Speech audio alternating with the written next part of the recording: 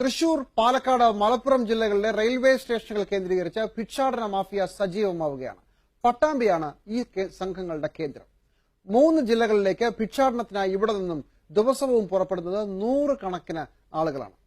അന്വേഷിച്ചെത്തിയ Asianet news സംഘത്തോട് commission അടിസ്ഥാനത്തിൽ വേണമെങ്കിൽ ഭിക്ഷക്കാരെ വാടകയ്ക്ക് നൽകാമെന്നും ഈ സംഘത്തിലുള്ളവർ പറഞ്ഞു. ഞങ്ങളുടെ അന്വേഷണ റിപ്പോർട്ടിലേക്ക്.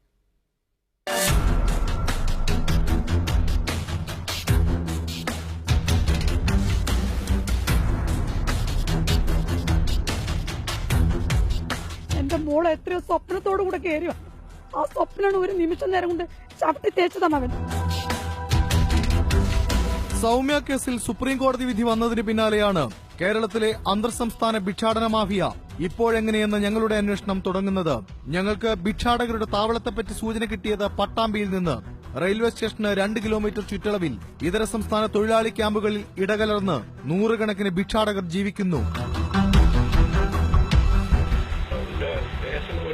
പാലങ്ങൾ, റെയിൽവേ പാലം, അതിൻ്റെ ഉള്ളിലുള്ള വീട്ടിലൊക്കെ അവർ നടക്കും.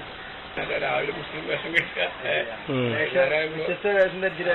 എല്ലാം മുസ്ലിം വേഷം തന്നെ.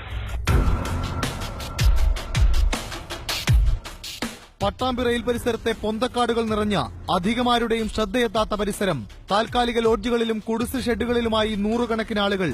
ഇതര സംസ്ഥാന തൊഴിലാളികളിൽ നിന്നും ഭിക്ഷാടകരെ തേടിയെടുക്കാനായി ഞങ്ങളുടെ ശ്രമം. പറഞ്ഞ ആവശ്യം തൃശൂരിൽ പള്ളി പരിസരത്ത് ഭിക്ഷക്കിരിക്കാൻ 20 പേരെ വേണം. ഏജന്റാണ്. കമ്മീഷനെടുത്ത് ബാക്കി കളക്ഷൻ നൽകാം. മറുപടി ഇങ്ങനെ: നമുക്ക് ഒരു 5-6 ആളെ ഒപ്പിക്കാം. ട്രെയിനിൽ വരും, ചിലർ ബസ്സിൽ വരും. അത് ആരും കണ്ടുപിടിക്കാൻ കഴിയില്ല. ഇനി രാവിലെ ഒന്നിച്ച് വരുമ്പോഴേ കാണാൻ പറ്റും. കിട്ടിയ വിവരം ഒന്നുകൂടി ഉറപ്പിക്കാൻ ഞങ്ങൾ ആന്ധ്രക്കാരുടെ ക്യാമ്പിലെത്തി. അപരിചിതരുടെ വരവിൽ സംശയം തോന്നിയ അയാൾ ഞങ്ങളെ മാറ്റി നിർത്തി സംസാരിച്ചു. എന്താണെങ്കിലും ക്ലിയർ ആയിട്ട് ഇങ്ങോട്ട് പറയും. നിങ്ങൾക്ക് ഓരോരോ ആൾക്കാരും ഈ വീട്ടിന്റെ മുറ്റത്ത് പോയ കുട്ടിയുടെ ചെയിനൊക്കെ പാടാണ്ട് വലിച്ചു പോന്നാൽ ഓരോരക്കറായി. പുലർച്ചെ പട്ടാമ്പി ബസ് സ്റ്റാൻഡ് പരിസരത്തെത്തി. ഞങ്ങൾക്ക് വിവരം തന്നയാൾ പറഞ്ഞതുപോലെ മുസ്ലിം വേഷധാരികളായ 4 പേർ ഭിക്ഷാടനത്തിന് ആളെ വേണമെന്ന് പറഞ്ഞപ്പോൾ 4 പേർ ഇപ്പോഴുണ്ടെന്ന് മറുപടി.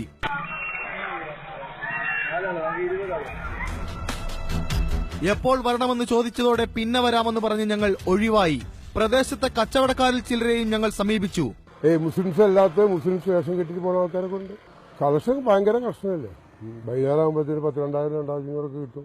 ഈ പുഴയ്ക്കപ്പുറം കണ്ണീരുണങ്ങാത്ത ഒരമ്മയുണ്ട്, സൗമ്യയുടെ അമ്മ. സൗമ്യയുടെ ദുരന്തമുണ്ടായിട്ടും ഭിക്ഷാടകരുടെ സുരക്ഷിത താവളമായി കേരളം നിലനിൽക്കുന്നു എന്നത് സൂചിപ്പിക്കുന്നത് നമ്മളൊന്നും പഠിക്കുന്നില്ല എന്നതാണ്. പട്ടാമ്പിയിൽ നിന്നും